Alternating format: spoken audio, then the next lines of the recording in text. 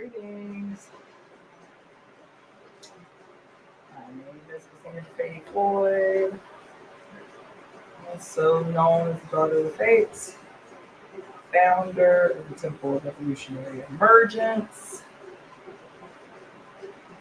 While I may be on time, I actually need to go grab my charger. I didn't realize that my phone was just about dead, and I broadcast on my phone to IG. So I need to go grab my phone cord real quick, and we'll get started with the reading of Pure Lust.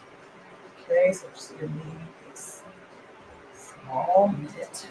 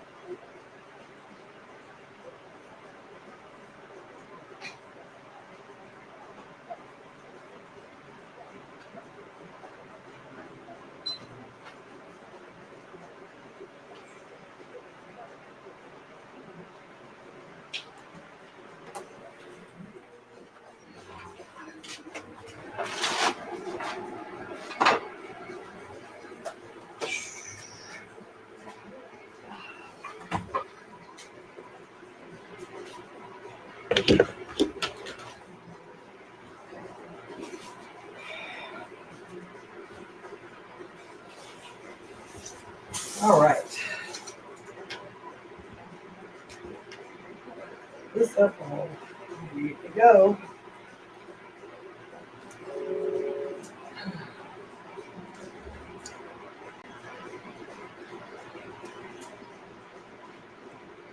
Greetings, everyone tuning in through IG. Those of you tuning in through YouTube, Facebook, and Twitch. My name is Cassandra Floyd, also known as the Daughter of the Fates, founder of the Temple of Evolutionary Emergence. And I am back after a much needed week off from lives. After that most incredible and insane solar eclipse that we had last week. I did do temple service on this past Sunday, but this is the first time I'm reading the book since the beginning of the end of last week. So I don't have much of an overview, if at all. I'm gonna be pretty strict, concise about the read today. So those of you who it may be the first time that you're tuning in and you don't know what I'm talking about, we're continuing to read from the book Pure Lust, Elemental Feminist Philosophy by Daly. Pure Lust, Elemental Feminist Philosophy by Daly. For those of you who have not been tuning in over the last 2 weeks that we've been reading this book, oh shoot, let me fix my fan.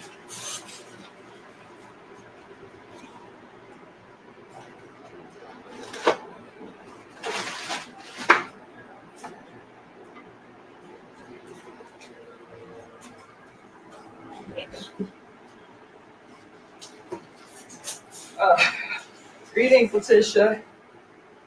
Hopefully, check your email if you haven't. I sent you the link for the announcement for the interview that you and I are doing on Wednesday night. So check that so you can start sharing that with folks. So anyway, what I was saying is, for those of you who have not at all been tuning in, we've been reading this book called Pure Lust. This book was source material or reference material from our readings.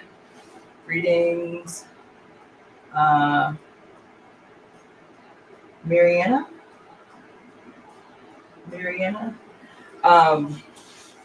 This book was source material, reference material from the book The Great Cosmic Mother, which I also read live online. And so we started reading this book a little about 2 weeks ago. And baby, This book is a constant succession of shots fired, bombs dropped, fists thrown, kicks kicked. This book is too many things. Too many things. It is too many things. So I wanted to try to wait a minute or two for more people to come in, but I am not trying to wait too long because I still am going to attempt to do another live tonight at 9:36 p.m. Pacific Standard Time because we are just now. Let's see. It's been Saturday was a week from the solar eclipse, and here we are 5 days out from the lunar eclipse this month. The lunar eclipse in Taurus, and it promises. The title of the book is Pure Lust, Elemental Feminist Philosophy by Mary Daly. Pure Lust, Elemental Feminist Philosophy by Mary Daly. Greetings, Asia. So yeah, here we are in the midst of another week, right before another major eclipse, a lunar eclipse, a blood moon this Saturday. And yeah, so tonight I am going to attempt to do what I did the week out from the solar eclipse, which is to do readings, live tarot and I Ching readings every night this week in preparation. Greetings, Carlotta. Oh, snap, she got our book. That's what's up. In preparation for the blood moon this Saturday. So like I did the week before the solar eclipse, I will be giving you some ideas of rituals that you can do from the simple to the more complex on that evening of the blood moon. I will be again doing live readings, tarot and I Ching readings. The donation is $11 per question. Greetings, Y Turner. Oh, that's what's up. All right. Everybody getting their book. That's what's up. I like to hear it. I'm here for it. So yeah. What was I saying? Yeah. So it's $11 a question, up to 3 questions a person per reading. That'll be at 9:36 p.m. every night this week, except Wednesday. Wednesday we have an interview. I'm going to be interviewing one of the supporters of the Temple of Evolutionary Emergence, Sister Letitia, about the history and significance of erotic dance in goddess worshiping culture. Yup, that's what we're going to be talking about Wednesday night. So that should be great. Yeah. So I think that's all the housekeeping. If you are tuning in from IG, and if you're tuning in from IG, then one, I would encourage you. Oh, I do have some other housekeeping. If you're tuning in from IG, I would encourage you, Marie Nadine. Okay, thank you, sister. I would encourage you to tune in. I would encourage everybody, no matter where you're tuning in from. If you're tuning in from Twitch, Facebook, or IG, I would encourage you to tune in through my YouTube channel, because I am still in the process of trying to monetize my page, like to do the membership thing and the join thing and the other little ways that you can monetize. I am still 233 subscribers short of the requirements to begin monetizing your page. I have way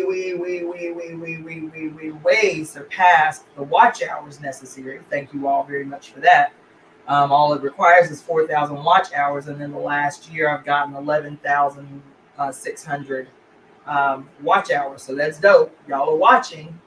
But what I need from you guys this week, one is to, if you've already subscribed to my YouTube channel, take a link, do a clip of your favorite video, a 1-minute clip, a 30-second clip of your favorite video, tag somebody in it, post it on your social media, and encourage them to subscribe to my page. I am still short 233 subscribers before I can start monetizing my YouTube page.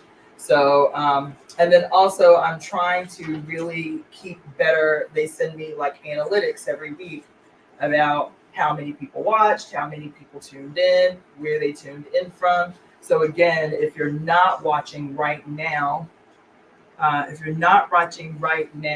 YouTube, I would really encourage you to watch this live stream from my YouTube channel. For those of you who do not know, my YouTube channel is youtube.com/@daughter-of-the-fates. So you can either go to YouTube and just put @daughter-of-the-fates in the search engine, or youtube.com/@daughter-of-the-fates. I really want to encourage you to tune in. That is the best way for me to monitor the analytics for my page, which is going to be really important for me over the next few weeks, because again, I am 233 people short, or 233 subscribers short from reaching my goal to be able to start monetizing my YouTube channel. Over the next couple of weeks, I'm really going to be fighting to make my other pages a little bit more functional, my Patreon, my Rockfin, and my TikTok. So keep on the lookout for that. And I think that is all for, yeah, I think that's all for a little housekeeping before we get to reading this book. Okay, so I hope y'all are ready. It's been a week since we've done this, so let's go ahead and strap in and get it cracking. For those of you who have your book already and want to follow along, we are on page 176. Page 176, the next to the last paragraph. The next to the last paragraph on 176. The search itself. Can y'all hear this music? Do I need to turn this music off? Somebody tell me. Can you hear the music in the background? Because I don't want it to end up fucking with my stream, my recordings. Can anybody hear this music in the background? Anybody? Carlotta, Asia, Letitia? Somebody tell me. Can you hear the music in the background? Yes? Okay, let me turn this off.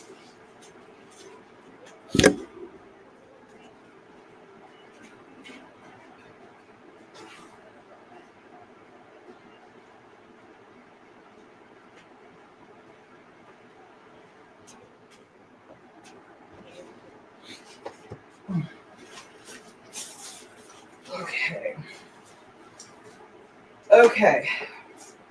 176, next to the last paragraph. For those tuning in late, we're reading from the book Pure Lust.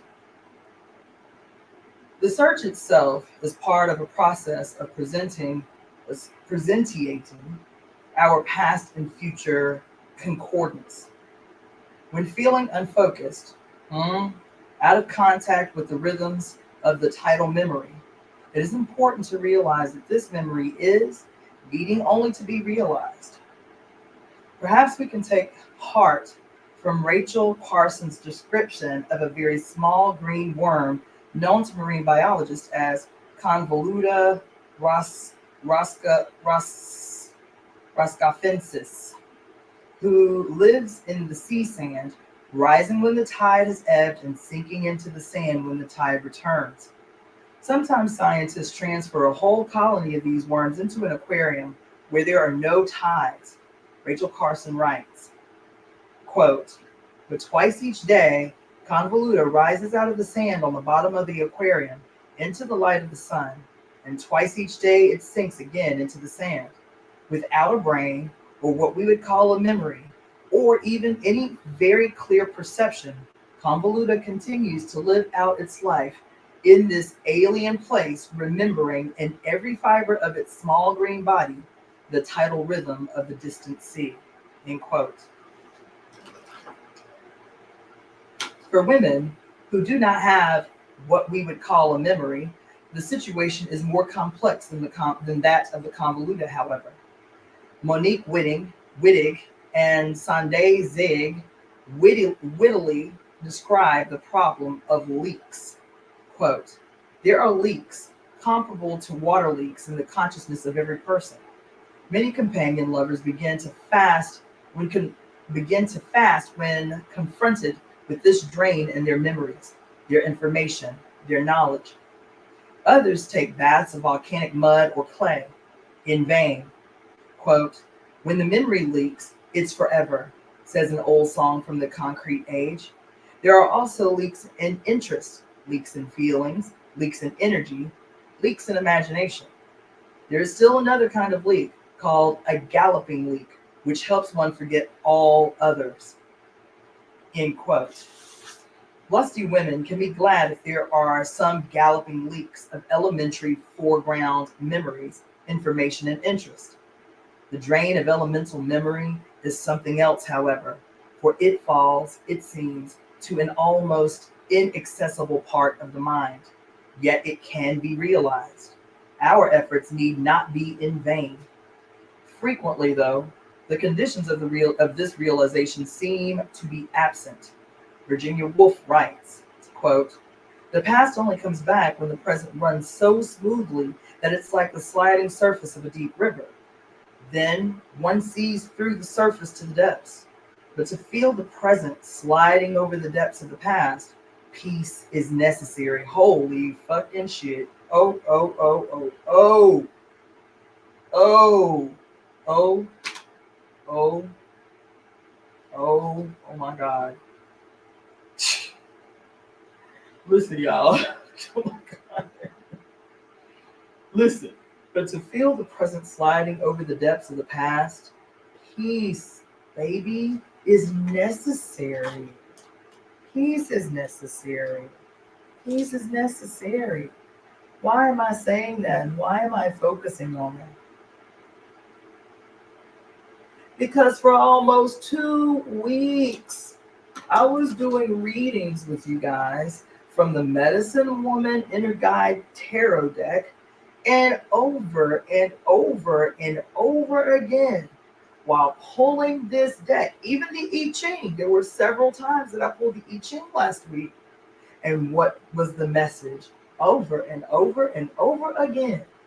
And the majority of you are Black and female who are watching me anyway. What was the lesson for almost 2 weeks in preparation for that solar eclipse?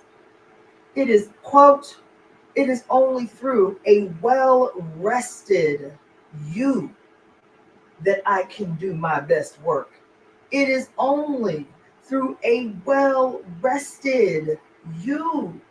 Relax, the I Ching said. Stop planting the same dumbass seeds and expecting a different harvest. If you're planting seeds of self-doubt, of despair, fear, then the harvest is going to be that which you sow. All for 2 weeks. The message was over and over and over again. It is only through a well-rested you, a relaxed you, that I can do my best work, Spirit says.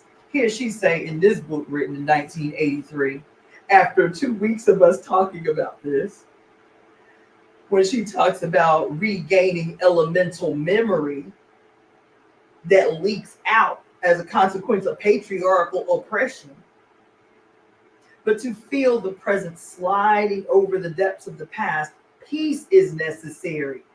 The present must be smooth and habitual.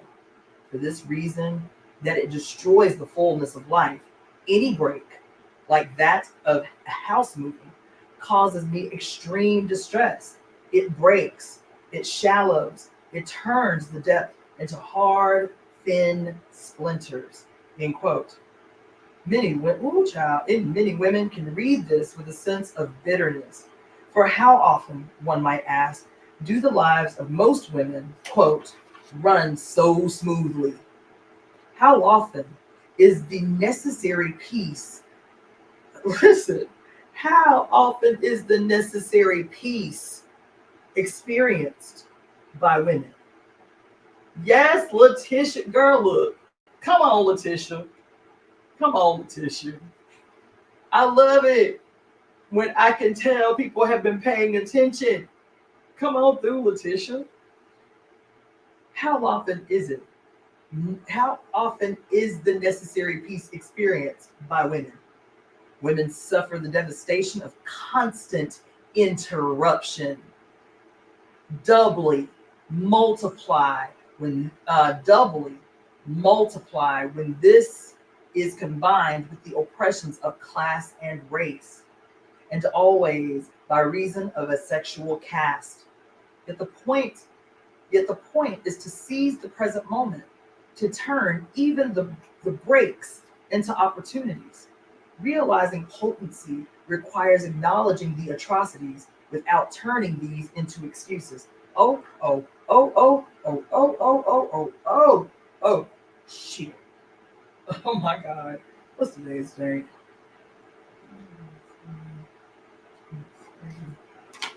Child. Oh, listen. Realizing potency requires acknowledging the atrocities without turning these into excuses. In the cosmic consento, a woman who names deep memory, any part of it that she can catch, makes the hope of memory more accessible to other women. For, as we have seen, memories are connected.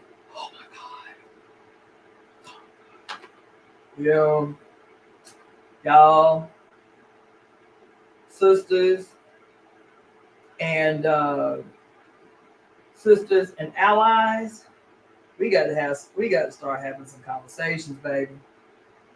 Them kind of conversations that cannot be had over lives and over phones. You feel me? We have to start having some conversations. The kind of conversations that cannot be had over lives, over social medias, and over phones. You feel me? A woman who remembers actualizes her own potency. And the active potency of any woman is encouraging and contagious. This remembering is the most radical, the most necessary activism of all. In 1984, Winston believed that he was uttering a truth nobody would ever hear, but, quote, so long as he uttered it in some obscure way, the continuity was not broken. It was not by making yourself heard, but by staying sane, that you carried on the human heritage, end quote. Oh my God. No. Mm-mm. Mm. Women consenting can sense that being sane is making ourselves heard in the only way that matters. Being of sound mind, a woman participates in the flow of sound and silence that is the tidal rhythm of empowering memory. Actively potent, she makes sense of things, inspiring her sisters to trust their own senses. Yes. Oh, oh, yes. Putting her memories into words, she nags others to find and weave their wholeness, to race with tidal rhythms, and to know in the gnomic present, the present that is experienced when one is backed and moved by the past, by emotional memory, and therefore presentient. Thus, she comes to understand more about principalities and powers. Principalities and powers, angels of the elements. I have noted in the introduction that the Apostle Paul, arch hater of women and of the elements, used Greek terms commonly translated as principalities and powers to stand for all of the classes of angels or elemental spirits. That is, two of the classes of Stoacia are, and Stoacia is another word, or the Latin word for elemental spirits. Two of the classes of Stoacia are put for the whole array in all gradations. End quote. Pauline animosity toward these spirits is evident. In the epistle to the Colossians, And the apostle to the Colossians, for example, we read, quote, he, Christ, disarmed the principalities and powers and made a public example of them, triumphing over them in him. Colossians 2, verse 15. Principality, in a translation of the Greek arche, plural archai, biblical commentators maintain that the plural form principalities, when used by Paul, refers to the organized cosmological powers of the angels and represents a group of spirits which may interfere with and hinder salvation in Christ. Agnostic searchers note that arche or archai would indeed hinder such salvation. Come on, for they are understood to be elemental of this world. Moreover, we have seen the meanings of arche in Greek philosophy, which include beginning, first principle, cause. It points to transcendence of matter-spirit dualisms, and the word's history allows it to imply original unbrokenness of matter and spirit. Considering all of these senses of archai, searchers perceive that principalities used in their own agnostic context can have metaphoric dimensions, conveying ideas and images of actively potent elemental spirits, stoatia in the sense of spirits and angels, ensouling the heavenly bodies and inspiriting fire, air, earth, water, and all the elemental sounds and words. This word, then, can function to name elemental dimensions in which wild women participate. The word power is also important. It is used to translate Greek exousia, or exousiae in plural, among whose meanings are right, power, liberty, free will, authority, magistrate, and abundance. It is derived from a verb meaning to have power or authority. Like principalities, powers represent elemental forces, actively potent reality that is hard to control, which necrophilic lust attempts to destroy, not merely in the sense of annihilation, but in the sense of conversion and oppression without end. The lust for destruction of potent elemental spirits is blatantly expressed. This is in the Bible. Quote, then comes the end when he, Christ, delivers the kingdom to God the Father after destroying every rule or arche and every authority and every power. End quote. Of course, the most loving form of destruction is conversion. Thus, Paul could write, quote, to me, though I am the very least of all the saints, this grace was given to preach to the Gentiles the unsearchable riches of Christ, and to make all men see what is the plan of the mystery hidden for ages in God who created all things, that through the church the manifold wisdom of God might now be made known to the principalities and powers in the heavenly places. End quote. That is Ephesians 3, verse 8 through 10. The lust expressed here is not simply for annihilation, but for forcible external enlightenment and subjugation of the enemy. Such desire is echoed in the first epistle of Peter, which speaks of the resurrection of Christ. Quote, who has gone into heaven and is at the right hand of God with angels, authorities, and powers to subject him. End quote. That's 1 Peter 3:22. Such eternal ontological bondage is the doom intended by the Pseudo rulers for all who actively seek the autonomy that is represented by the principalities and powers. It is obvious then that strong, threatening, lusty women who participate in such a quest must be assimilated and subordinated.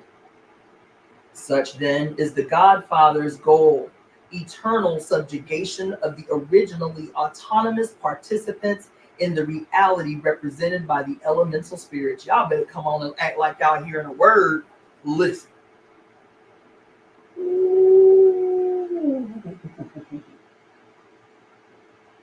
Oh, listen. Such then is the Godfather's goal, baby. Eternal subjugation of the originally autonomous participants in the reality represented by the elemental spirits. That is, condemnation to eternal living death. Oh, the magnitude of this lecherous ambition is mind-boggling. The aim of the apostolic aggressors is the subjugation of all speech, of all energy matter, of the entire cosmos. Since this aim is not for simple annihilation, but for establishment of the state of the living dead. Oh, oh, oh, oh, oh, oh, oh, oh, oh, oh, ho, ho, oh my God. Mm-mm. Mm-mm. You. Oh, child, Listen. The aim of the apostolic aggressors is the subjugation of all speech, of all energy, all matter, of the entire cosmos. Since this aim is not for simple annihilation, but for the establishment of the state of the living dead, the consequences are predictable. Words are converted into verbiage and speech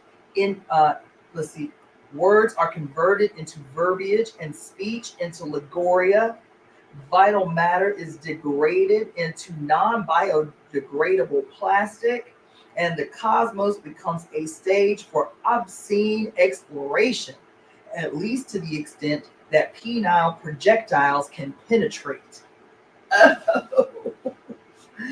The theme of destruction of autonomous strength by conversion is succinctly explained in Orwell's 1984 in the words of the torturer O'Brien, quote, "We do not destroy the heretic because he resists us. So long as he resists us, we never destroy him. We convert him. We capture his inner mind. We shape him. We reshape him. We burn all evil and all illusion out of him. We bring him over to our side, not in appearance, but genuinely heart and soul. We make him one of ourselves before we kill him." End quote. Such ontological possession is the destiny intended by the phallic lusters for those who participate creatively and autonomously in being. A lusty way of living that is metaphorically represented by principalities and powers.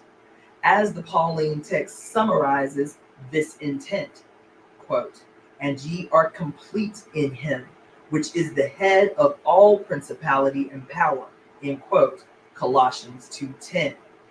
The Pauls, the O'Briens, and other fanatic fans of Big Brother require that all strong, threatening selves be subsumed under the head.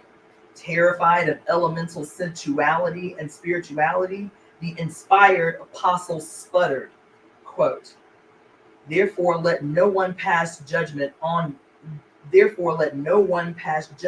you in question of food and drink, or with regard to a festival or a new moon or a Sabbath.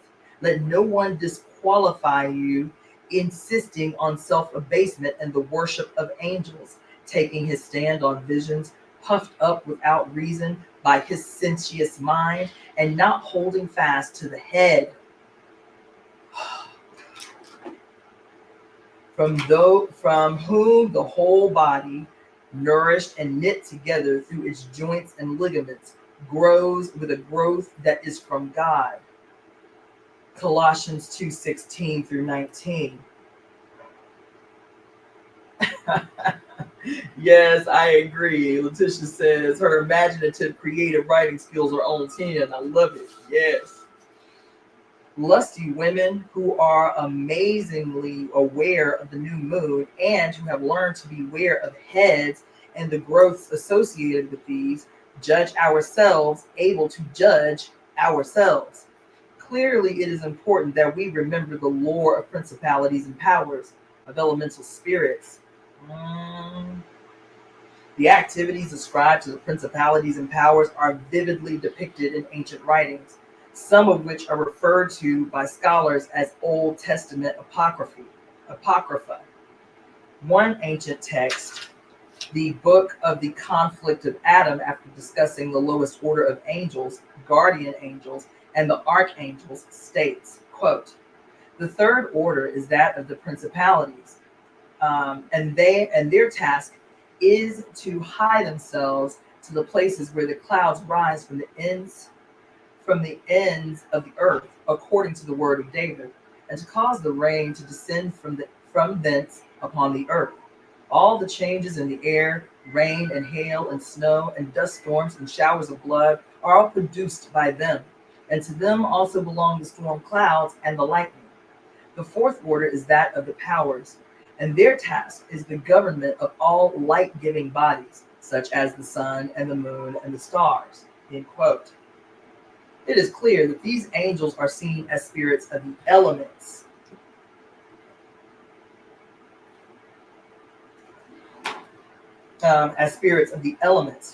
Another text, although specific reference is not necessarily made to the principalities and powers, angels are clearly depicted as elemental spirits. The book of Enoch depicts angels as having charge of specific elemental forms. One sample gives the idea, quote, "And the spirit of the hoarfrost is his own angel, and the spirit of the hail is a good angel, and the spirit of the snow has forsaken his chambers on account of his strength. There is a special spirit therein, and that which ascends from it is like smoke, and its name is frost. And when the spirit of the rain goes forth from its chamber, the angels come and open the chamber and lead out of it." End quote. Despite the masculine pronouns and the obscurities, the elemental role of angels is hardly in doubt. Moreover, in this same work, angels are said to have their own special pathways in heaven, according to Enoch 18:5. This will remind elemental women of the pixie paths of women as wayward spirits. In the second chapter of the book of Jubilees, the elemental connections of angels are very explicit. Reference is made to the angels of the spirit of fire, and the angels of the spirit of the wind, and the angels of the spirit of the clouds, of darkness, and of hail, and of hoarfrost, the angels of the depths, the angels of the depths and the thunder, and of lightning, and the angels of the spirits of cold and of heat, of winter and of spring, and of autumn and of summer.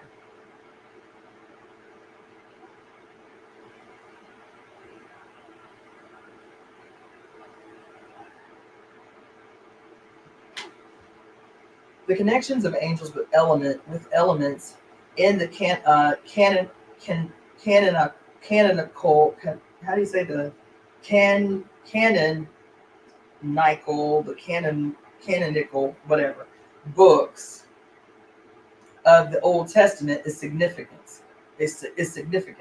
Motifs that are common in folklore and fairy tales, marching, can be seen to recur in connection with angels, who are often like fairies or trolls. These themes are often consistent with the tradition of elementals as administrators of the processes of the elements. For example, the story in Genesis of Jacob wrestling all night with a spiritual being at the ford of Jacob contains the motif of a traveler who must grapple with the genus of a river or a stream before being able to cross it. Genesis 32:23 through 32.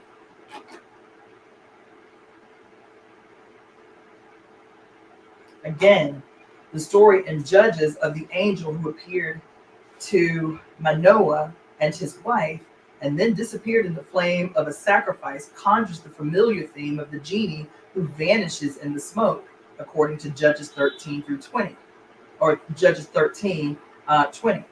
Such identification of angels with the controlling spirits of natural phenomena is a widespread theme and has parallels in Near Eastern folklore as well as many other traditions around the world. In the New Testament, the connection of angels with the elements is particularly evident in the Revelations.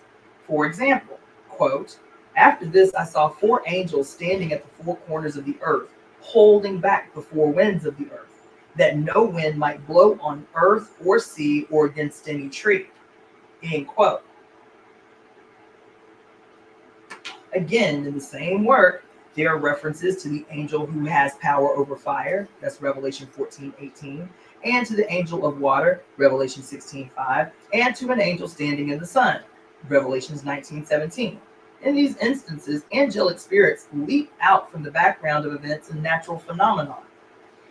Particularly interesting for women realizing our background of elemental potency is an understanding of the widespread, over space and over centuries presence of the lore of angelic elemental spirits.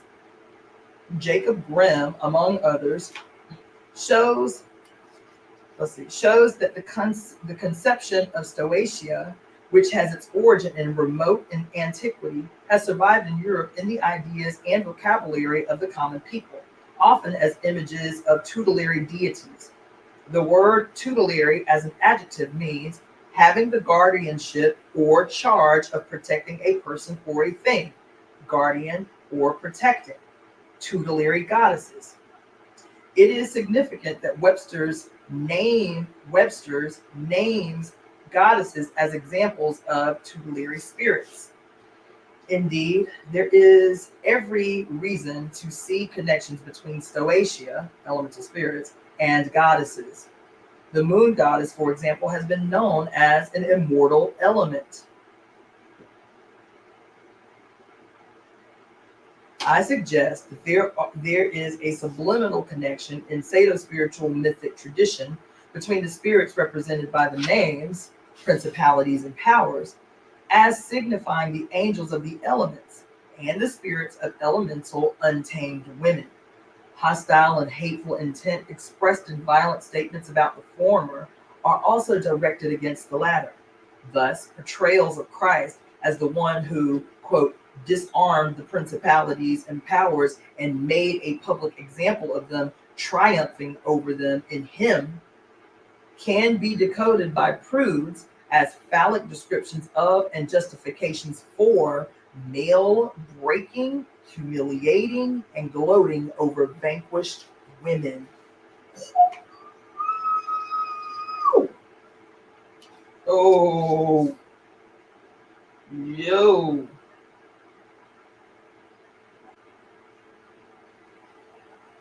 I'm about to have to read that paragraph again. Shall listen. She says, I suggest that there is a subliminal connection in pseudo-spiritual mythic tradition between the spirits represented by the names, principalities, and powers as signifying the angels of the elements and the spirits of elemental untamed women. The hostile and hateful intent expressed in violent statements about the former, elemental untamed women, are also directed against the latter. Thus, portrayals of Christ as the one who disarms the principalities and powers and made a public example of them, triumphing over them in him, can be decoded by prudes as phallic depictions of and justifications for the male breaking, humiliating, and gloating over vanquished women.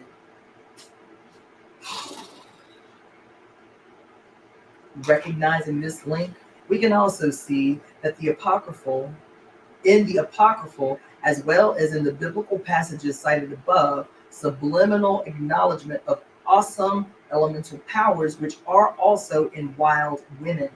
I have suggested also that there are historical linkages between descriptions of elemental spirits and tutelary deities, especially goddesses. Phallic fear of the force represented by wild women and the forces of wild nature is embedded in these texts. Pseudo divination, the breakage of elemental connections. Wild, weird women who sense and act in harmony with elemental forces are commonly called witches. Gnostics know that witches have always been close to the elements. Witch burners have also known this. The Malleus Maleficarum, the textbook of demonology and handbook for witch prickers, published in 1486, contains a chapter entitled How They Raise and Stir Up Hailstorms and Tempests and Cause Lightning to Blast Both Men and Beasts. After a discussion of Aquinas' view that with God's permission, the devils can disturb the air, raise up winds, and make fire fall from heaven, followed by material from confessions of women accused of witchcraft, the authors and inquisitors conclude that as disciples of the devils, bad angels, women have such powers. Greetings, T.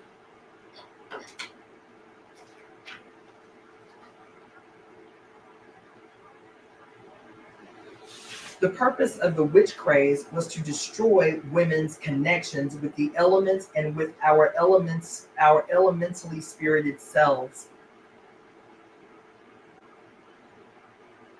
Its aim, that is, was to destroy our ontological elemental powers. Since they themselves were incapable of being truly mantic, of soothsaying and divining, the torturers lusted then, as they do now, to blunt and debase these powers. To this endless end, the inquisitors practiced perverted parodies of divination, attempting to draw upon such powers and turn them against their victims. Thus, they cruelly caricatured geomancy, which refers to the art of divination by means of signs derived from the earth. Professional witch prickers perform perverse imitations of geomancy by their obscene explorations of women's bodies, attempting to, quote, divine whether the object of their prurient interest was indeed a witch. Matilda Jocelyn Gage explains, quote, it was asserted that all who consorted with the devils had some secret mark about them in some hidden place of their bodies, as the inside of the lip, the hair of the brows, inside of the thigh, the hollow of the arm, or still more private parts from which Satan drew nourishment. This originated a class of men known as witch prickers who, divesting the supposed witch, whether maid, matron, or child, all clothing, minutely examined all parts of her body for the devil's sign, end quote. Since women's bodies are, in patriarchal symbolism, associated closely with the earth, it can be seen that these sadistic operations were subliminal travesties of geomancy. Moreover, we have witnessed a continuation of this hideous tradition in more recent times, in the physical examinations or exploratory operations and the experimentation done on women's bodies by male physicians, particularly gynecologists.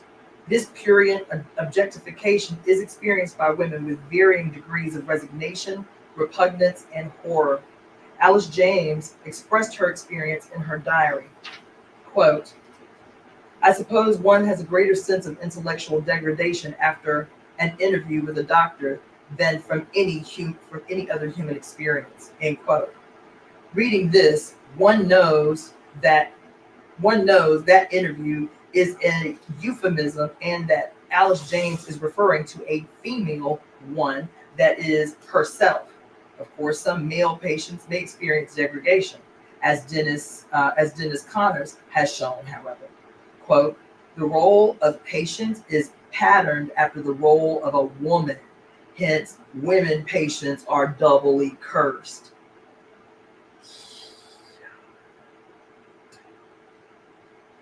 The witch prickers parodied hydromancy, which is divination by means of signs derived from water, its tides and its ebbs. This was most obviously accomplished through ordeal by water or swimming. The test required first restraining the accused by tying hands and feet together, often with the right thumb on the left big toe, so that the witch was cross-bound. Then the accused woman was thrown into deep water 3 times if necessary. If she floated, she was guilty. If she sank, she was innocent. In the latter instance, she usually drowned, unless her torturers decided to rescue her. Here is a classic manifestation of the doublethink decreed by drones, which we can summarize in the maxim: if you win, you lose. If you lose, you lose.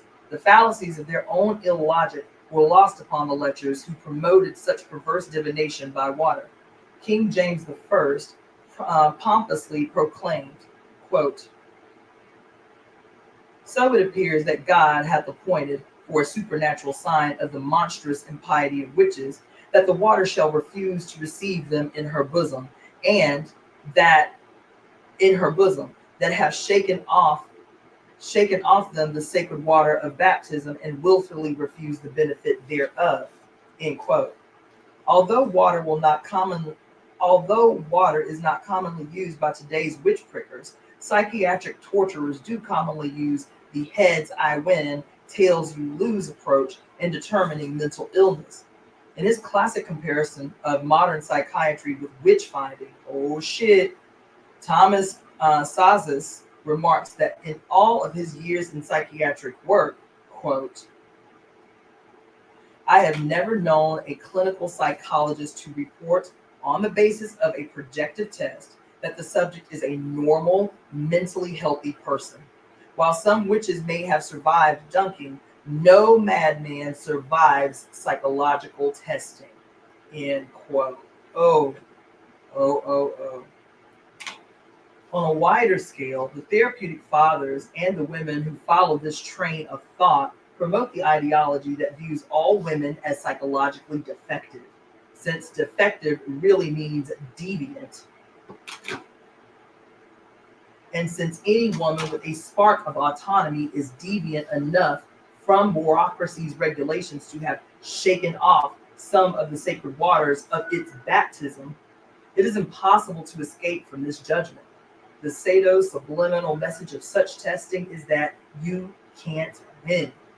The Inquisitor's perversion of aeromancy, divination from the state of the air or from atmospheric substances, can be seen in their enforcement of confession.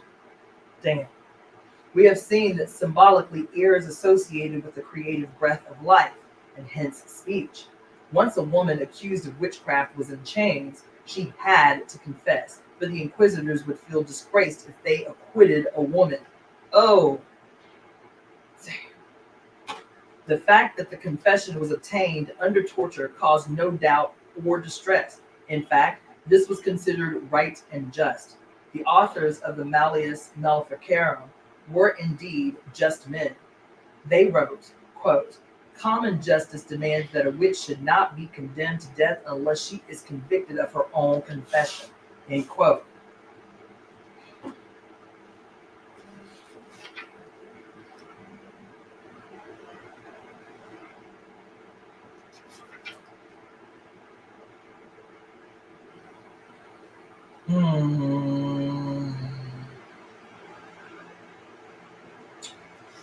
We have already seen that women under the Sado state are continually confessing guilt. God damn it. We have already seen that women under the Sado state are continually confessing guilt and begging forgiveness. Both the inquisitional methods and the confession itself are more subliminal under liberal rule. Yet submission to the rules of grammar, rules of etiquette, rules of dress, reasonable expectations of agreement and approval all cause a woman to be convicted of her own confession. Oh, damn. Finally, the witch killers sadistically mimic pyromancy, divination by means of fire or flames, Pyromancy has been practiced by women from time immemorial. The significance of fire as source of light and heat and as symbol of energy, passion, courage is deeply experienced by women. The Inquisitors' primary and ultimate perversion of pyromancy was their attempt to consume female potency by a crude and violent form of pyromancy, or pyromancy, of fighting with fire, pyromancy.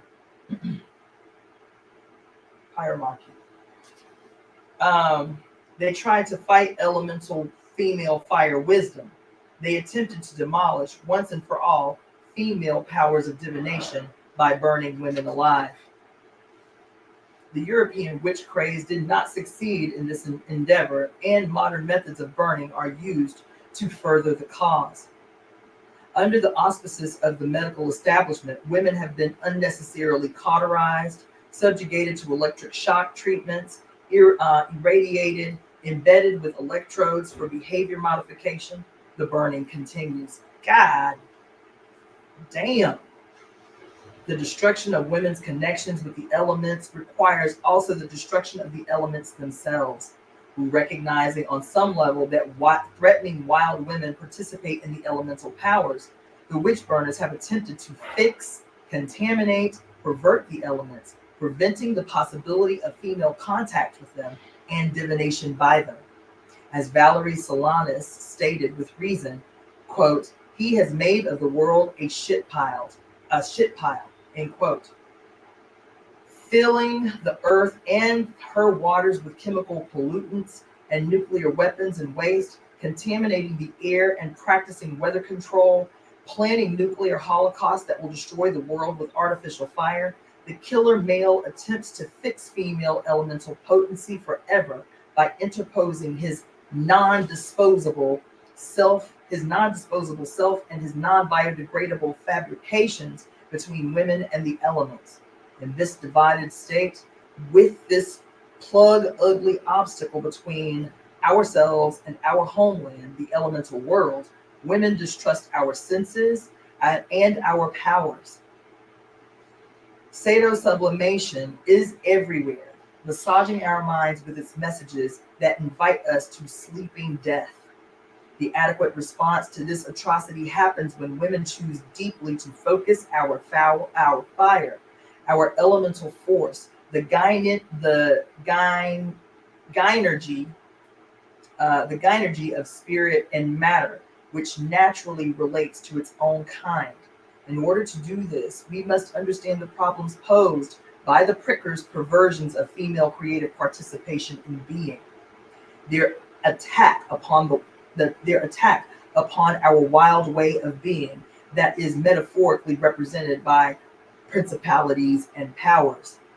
We must confront their strategy of converting women into possessed principalities and powers who are delegated to hold down wild female powers in themselves and in other women. That is, to stop the race of women. Letitia says, I am reminded, let me dig this up. I am reminded of Poseidon raping Medusa, and Athena took his side. He was seen as the most powerful of his pantheon. Yes. I think she mentioned earlier in the book Athena as like a representation of what she called the patriarchal woman.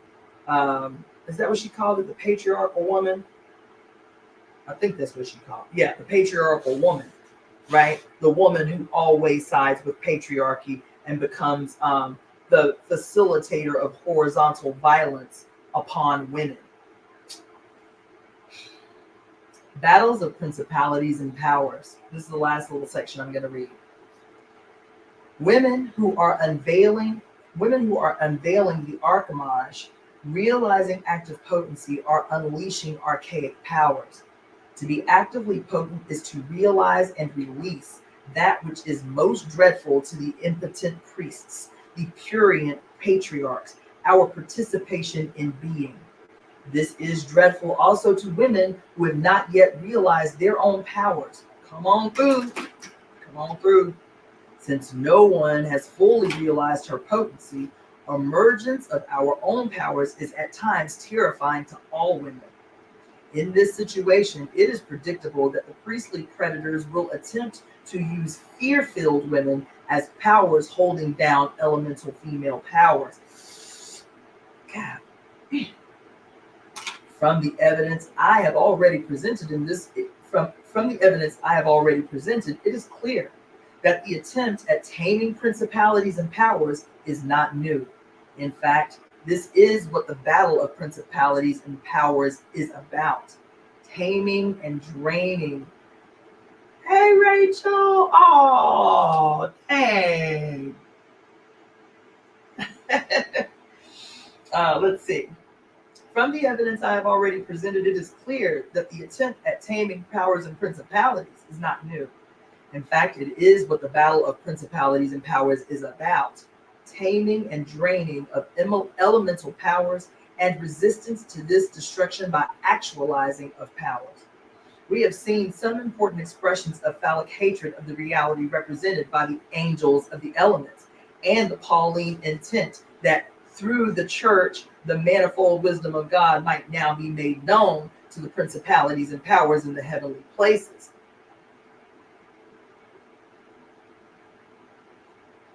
And the heavenly places, according to Ephesians 3:8-10. Behind this paternalistic wish to enlighten is the hateful wish to bring all that is elemental under subjugation to the big brother figure, Christ, and to destroy elemental being.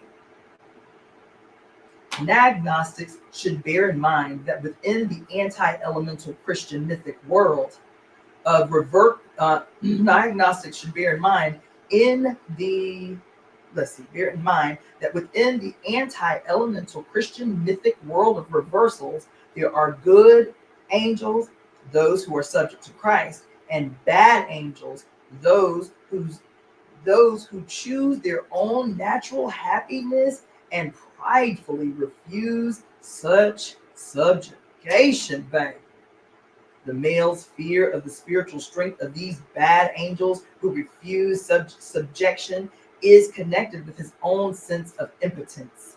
The following text is revealing, quote, "Finally, be strong in the Lord and in the strength of his might. Put on the whole armor of God, that you may be able to stand against the wiles of the devil. For we are not contending against flesh and blood, but against the principalities, against the powers, against the world rulers of this present darkness, against the spiritual host of wickedness in the heavenly places." Ephesians 6:10-12. Obviously, the apostolic author protested too much. He certainly felt the need of an armor and was indeed contending against flesh and blood, particularly the flesh and blood of women. In the development of Christian theology of the angels of the Middle Ages, the nature of the sin of the bad angels becomes explicit. Thomas Aquinas writes of the sin of the chief fallen angel. Who is the chief fallen angel? Come on, somebody give me a word. Who is the chief fallen angel? Who is the chief fallen angel? Who is the chief fallen angel? Come on now, we in church. It's Bible study right now. Lucifer is the chief fallen angel. But who is Lucifer in goddess worshiping society in this contest between God the Father and the principalities and powers in heavenly places? Who is Lucifer? Who is Lucifer? Lucifer is Venus. Lucifer is the morning star, Venus. Lucifer is also what? The evening star when Venus shifts her position. Who is Lucifer? The queen of heaven, Venus. Who is Lucifer? Who is Lucifer? the mother, Inanna, Ishtar, Astareth, Oshun, Venus, the star of heaven, the queen of heaven, the morning star, and the evening star. What did he say? Thomas Aquinas writes of the sin of the chief fallen angel. Quote, that he desired resemblance with God in his respect by desiring as his last end of beatitude something which he could attain by the virtue of his own nature, turning his appetite away from supernatural beatitude, which is attained by God's grace. Or if he desired as his last end that likeness of God which is bestowed by grace, he sought to have it by the power of his own nature, and not from divine assistance according to God's ordering. End quote. Greetings, my Amy. Clearly, this fallen angel's problem was that he wanted to find happiness commensurate with his own natural ability, rather than remaining an internal recipient of divine care packages.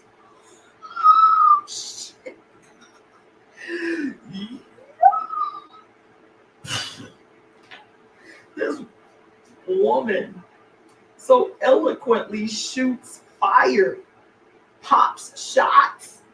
Did y'all hear what she just said? So eloquently, so smooth. She said clearly this fallen angel's problem was that he wanted to find happiness commensurate with his own natural ability, rather than remaining an eternal recipient of divine care packages. He was proud and independent, valuing his own nature, unlike the good Apostle Paul, who could only be strong in the Lord. God. The pronouns used to represent the angels, whether good or bad, despite the fact that they were and are considered to be sexless, are always masculine. Since they are believed to be naturally far superior to human beings, the patriarchal mind would find it most unfitting to designate them by the pronouns reserved for the inferior sex. It is thought-provoking to experiment with substituting the feminine pronouns for the masculine in the text cited above. The exercise can be even more enlightening if we substitute the word men for God, since within patriarchy, God obviously is the projection of men and signifies Superman or supermen. Thus, we have, quote, but she desired so she's changing the pronouns of the above passage we just read, okay? But she desired resemblance to men, not God, in this respect, by desiring as her last end of beatitude something which she could attain by virtue of her own nature, turning her appetite away from supernatural beatitude, which is attained by men's grace. Or if she desired as her last end that likeness of men which is bestowed by grace, she sought to have it by the power of her own nature, and not from men's assistance according to men's ordering. Elementally spirited women do not, of course, desire resemblance to men, except in the sense of desiring freedom from the protection racket, the subjugation, the artificially imposed dependencies that are inflicted upon women as victims of the sexual caste system. Elemental women want happiness attainable by virtue of our own nature, not as a supernatural dole or a handout. Good angels, however, settle for the protection racket and forego their independent wild natures, their pride. Keeping in mind the reversals I have discussed,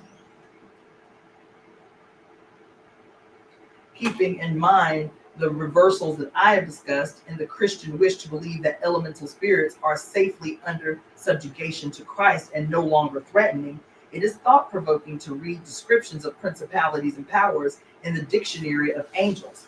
Of the former, it is said, quote, principalities are protectors of religion, They also, as Dionysus declares, watch over the leaders of people and presumably inspire them to make right decisions, end quote.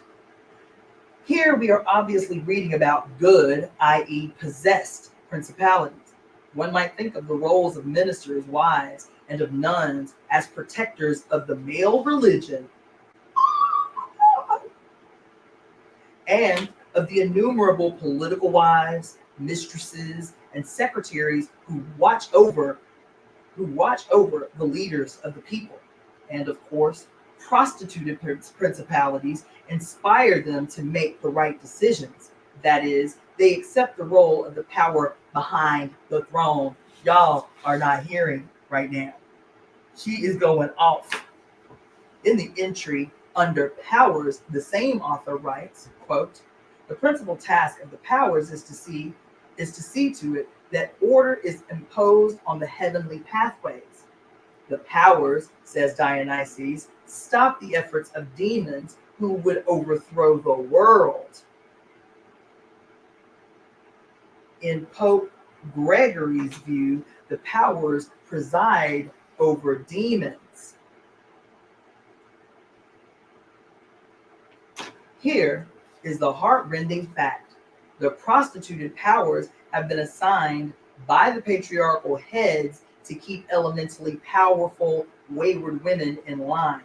In other words, the role assigned to good, patriarchally powerful women, tokens, is to track and confine those who are realizing our own powers.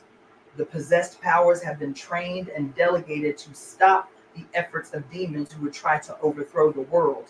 The demons are true witches, weirds, who are in touch with the powerful, creative demon genus muse within. Oh my God. Yo.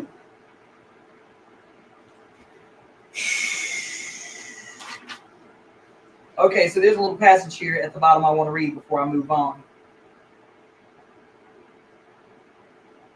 It says, the word demon has positive as well as negative meanings. Indeed, the first definition of demon given in Webster's is an attendant, ministering, or indwelling power or spirit. Daemon or daemonon or genus. The subject of demons will be pursued at length in chapter 8. Okay.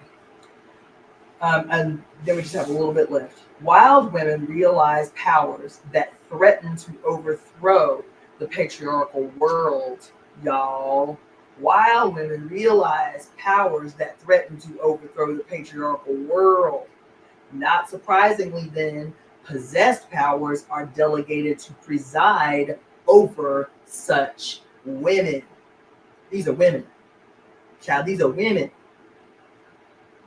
The powers and demons who will overthrow the patriarchal world, however, are not easily presided over, especially when wild women are able to divine gynergetic genius or genius. Yeah.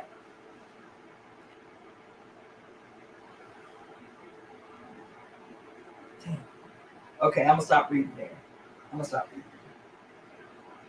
Okay, so for those of you who tuned in late and don't know what the hell I'm talking about, I'm reading from the book Pure Lust, Elemental Feminist Philosophy by Mary Daly.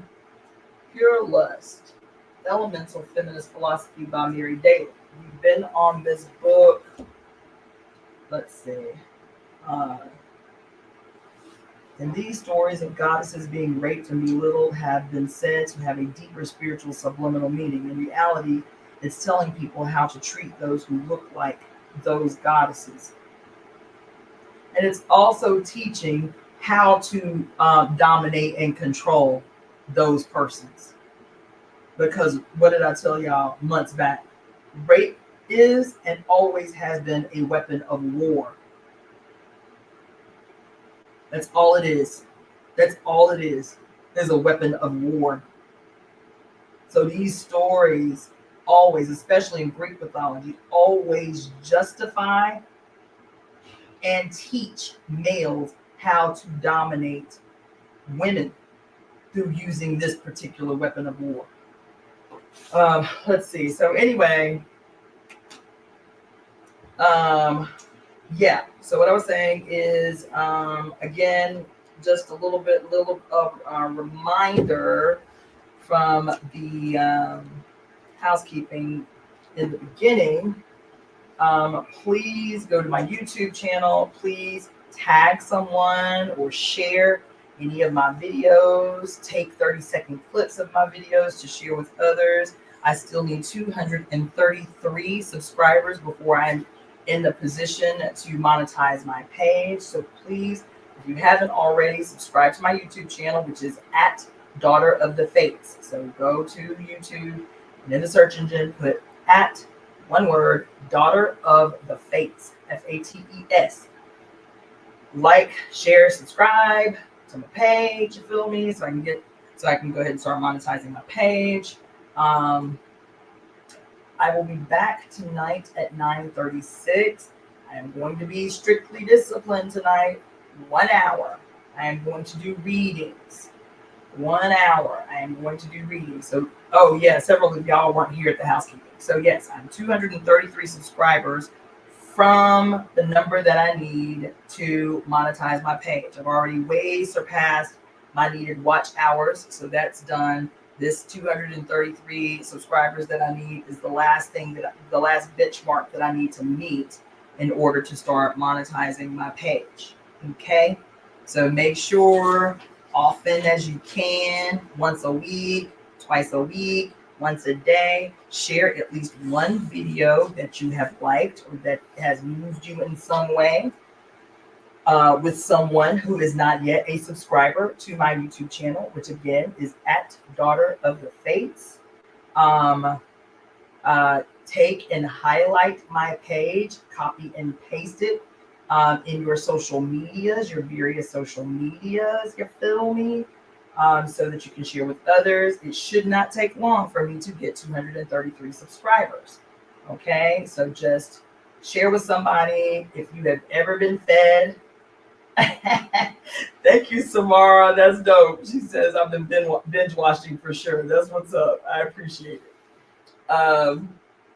Yeah, so if anything that has ever come through my YouTube channel has touched you, has moved you in some way, you have heard the voice of the mother tap you on your shoulder during any of my reads or any of my lives or any of the temple services, then please make sure this week that you send somebody the info on how to subscribe to my page, you feel me?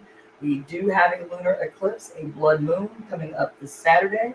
So I will be, again, just like before the solar eclipse, doing live readings every night, except Wednesday. I will be interviewing Letitia this Wednesday on the importance of exotic dance in goddess worshiping societies. Y'all feel me? So that's going to be a dope interview. That is going to be at 9:36 p.m. Pacific Standard Time this Wednesday. Every other night, I will be doing live readings, including tonight. And I will, at the end of those live readings, give you at least some things, pointers to keep in mind, rituals that you can do in preparation for or on the day of the lunar eclipse, which is October 28th, this Saturday. Be tender and gentle with yourself because this month has been radically explosive energy. The solar eclipse, the supermoon at the end of September, Pluto stationing direct on the 1010 portal, and we closing out the month with this blood moon on Saturday with Halloween and Samhain, and a few days, 3 days after that, Dia de los Muertos here and on the West Coast is big, giant, massive energy. So be gentle with yourself. Be tender with yourself. You know what I'm saying? Be mindful in your self-talk. Okay? Yeah. Oh, that's what's up. Why Turner says it was her first time. It was their first time watching, and they enjoyed it and will definitely be back. That's what's up. So again, tonight, 9:36 p.m. Pacific Standard Time. Until then, I will see you later. And for those who may not be able to tune in that late, because it is late on the East Coast, then I will be back here live tomorrow at 5 p.m. Pacific Standard Time for the continued reading of Pure lust. 5 p.m. every day, Pacific Standard Time. We're reading of pure lust until we are done. All right. Peace. See you later.